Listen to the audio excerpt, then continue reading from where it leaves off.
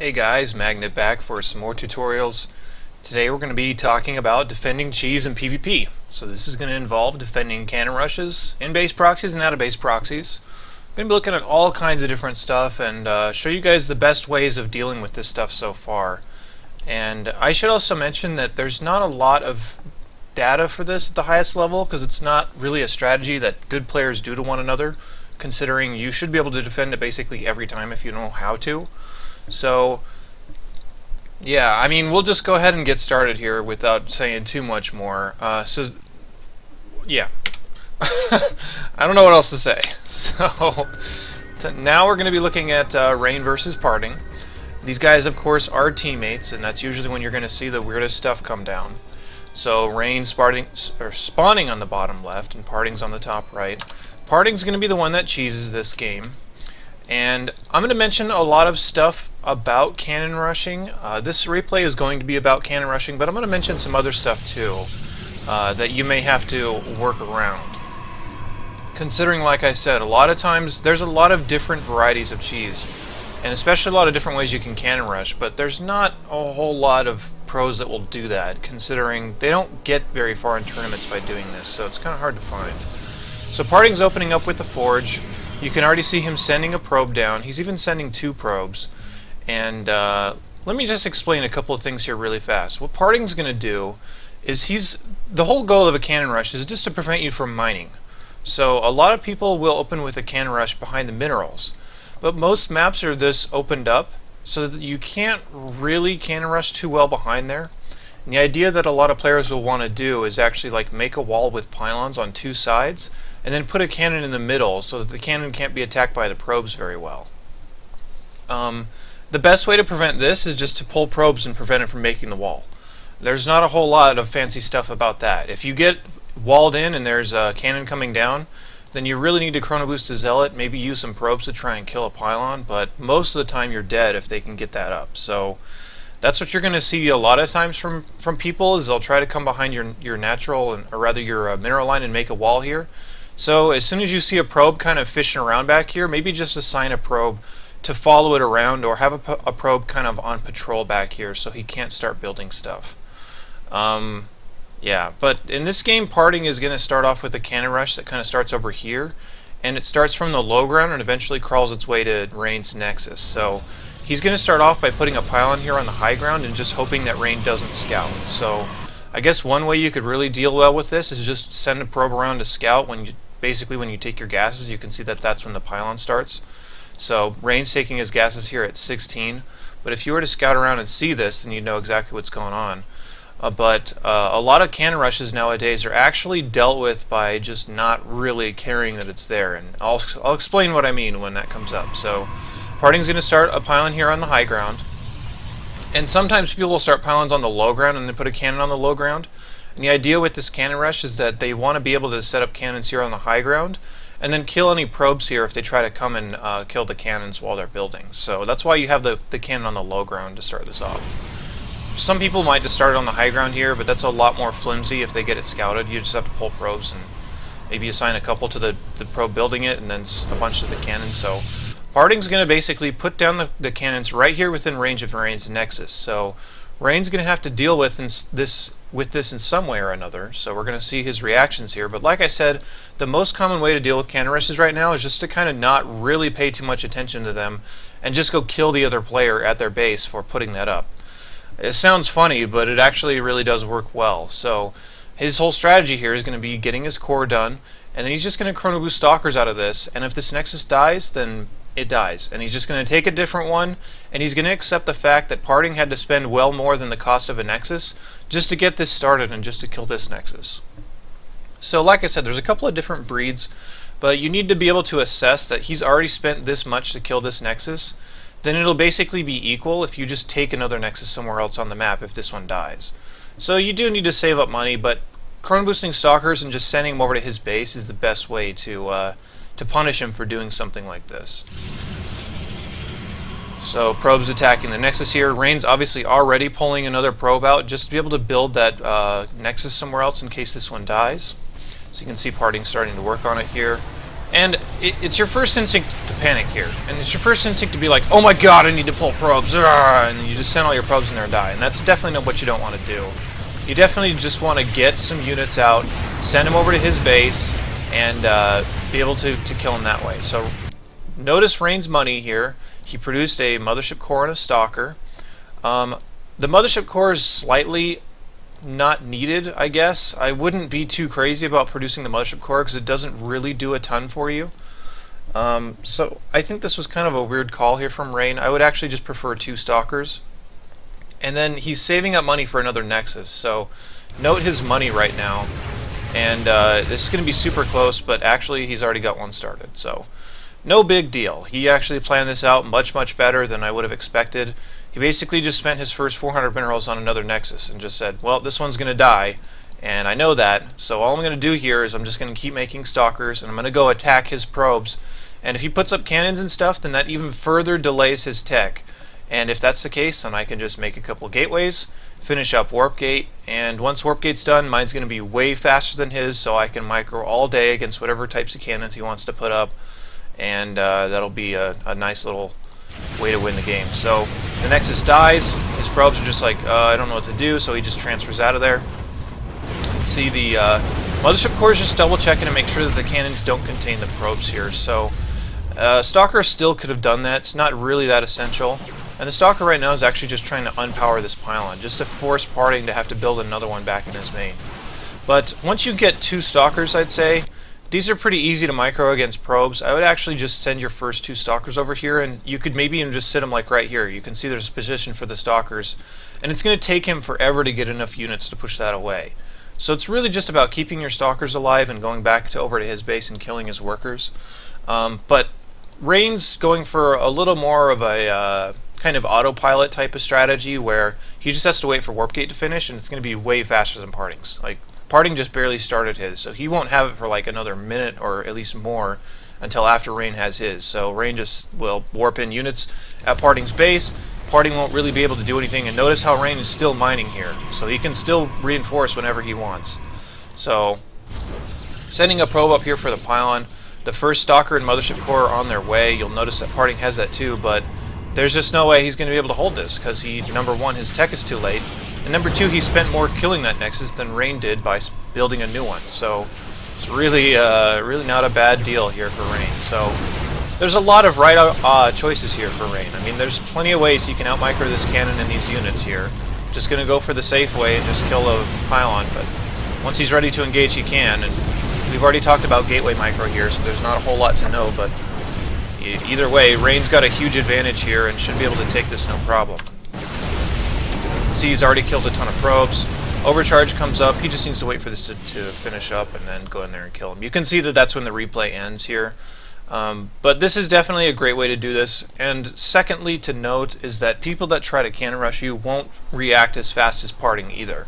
So this looks close, but Rain's actually way, way ahead here. He just has more units, more stuff, and there's not a whole lot that Parting can do about that. It's just up to Rain to micro properly, but against people on the ladder, you won't see them doing reactions that are this crisp.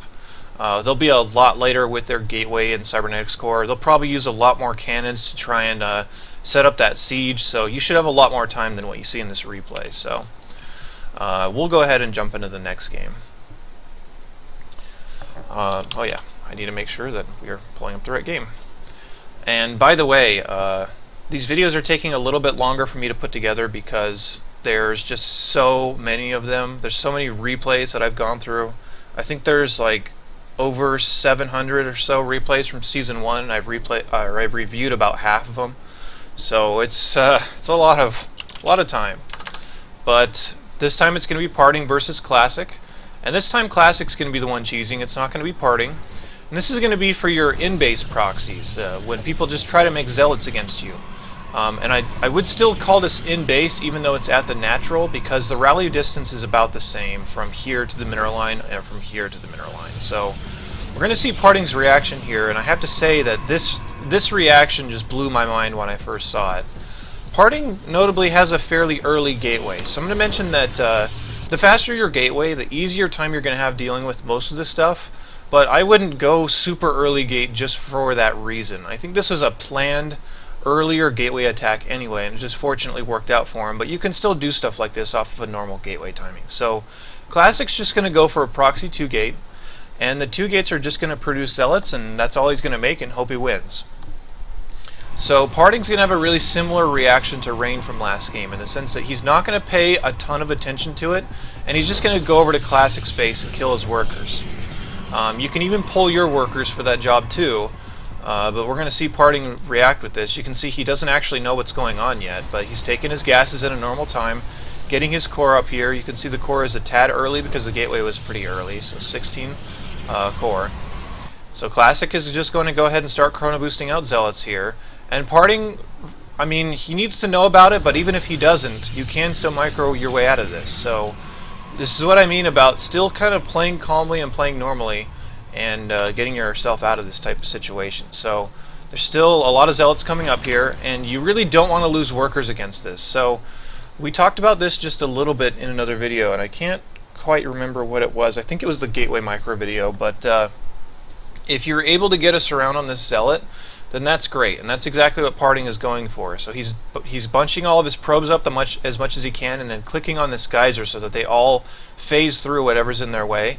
And if you get a full surround on the zealot, then whatever probe gets attacked, you can pull that back to the mineral line. It should take 3 attacks from a zealot to kill a worker, so you should have plenty of time to see which one's getting attacked and move it back in time. And if you get a full surround, you should lose 0 workers and kill the zealot for free.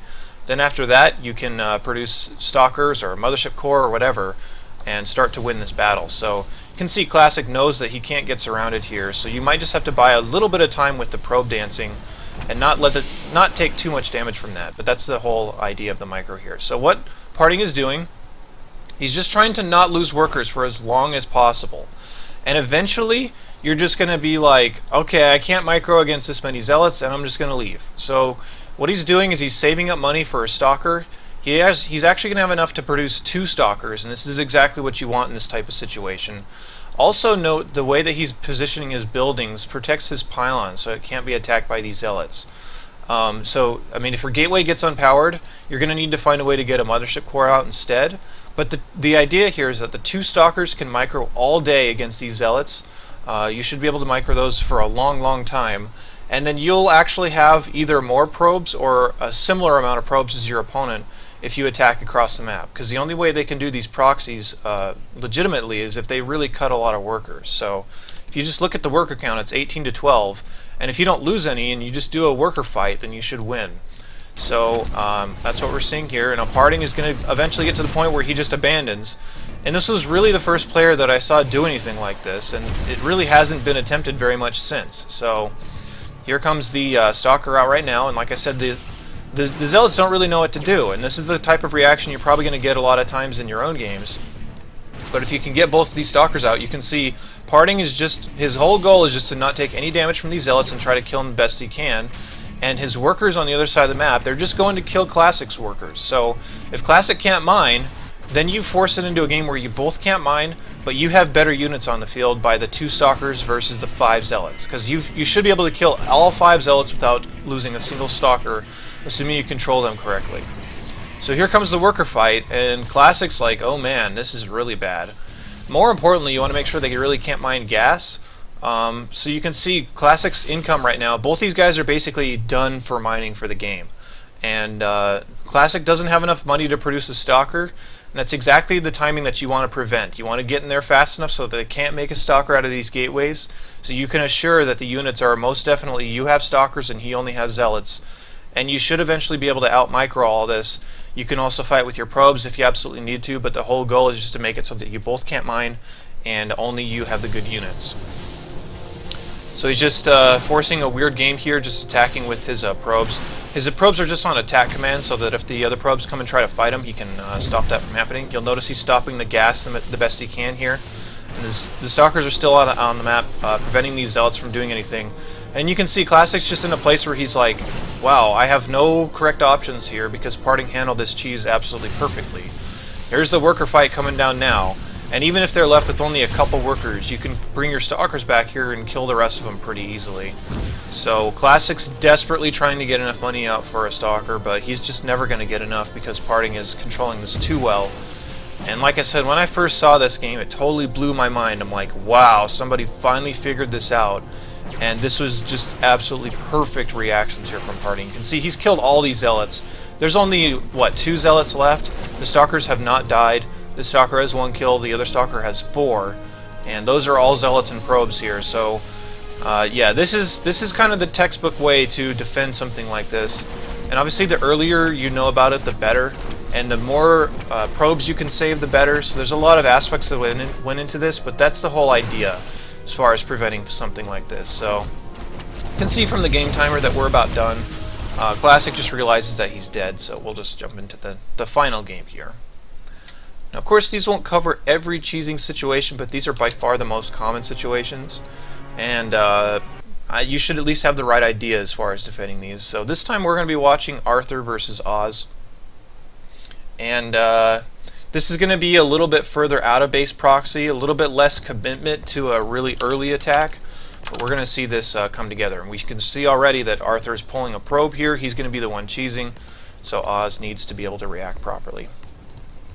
So this build, I believe Arthur actually stole this build from Rain, who was the first person I ever saw do this. This build can be a number of things. This can be either they just make 1 gateway outside of your base and they just produce the first few units and hope that you mess up and die. So if that's the case, then you just need to match them with their amount of units and be able to out-control them. Maybe pull a couple of probes here to help you fight, considering they do need to sacrifice probes in order to do something like this. But we'll keep watching. Now what this is actually going to be is a 2-gate proxy, but it's not going to be for Zealots. It's going to be for an also proxied Cybernetics core. And of course Oz knows about this. And this knowing about the cheese is the biggest factor every single time, so that you know how to react. If your opponent only goes proxy 1 gate, and you try to go 2 gates and produce Zealots to defeat that, then once they get Stalkers on the field, we're back into the same situation from last game, where they have Stalkers and you don't. So you need to be able to just set a probe down here and kind of watch what he's doing and just match the amount of units, or rather the amount of buildings that he makes, if it's going to be for one of these non-super aggressive 2-gate type of proxies. So you can see the 2nd gate coming down now, but that's a really late gateway. Oz should match this with his own 2nd gateway, but more importantly he's taking a gas like you normally would, and he's just going to go into Stalkers. This proxy from Arthur is going to be for Stalkers, so it's just going to be for the fastest 3 Stalkers in your opponent's base as possible. And like I said, the first person I saw do this was Rain, but if you control properly and if you have the exact same units, you can see Oz's gateways coming down now. Everything's just a little bit slower for Oz. There's the proxy Cybernetics core, but you have to still take into account the amount of travel time it takes to get into the base. So Oz is just going to go ahead and produce a Zealot here. Now I should mention I did say it's the fastest 3 Stalkers possible, and that's usually if you don't get scouted. So Arthur instead is just going to produce a Zealot and then 2 Stalkers. You can see his money's about to line up that way.